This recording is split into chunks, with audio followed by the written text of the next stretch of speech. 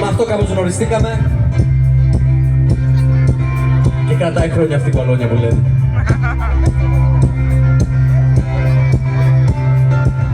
Στο σπίτι πάνω στο βουνό ζει ένας άνθρωπος καλός. Το βλέπουν όλοι και γελάνε και λένε πως είναι τρελός. Μα κάποτε κατοστούσα από την πόρτα του μπροστά. Τον άκουσα που τραγουδούσε δυνατά. Τι τραγουδούσε ξέρουμε? Το ξέρω, θα έρθεις. Για να δω.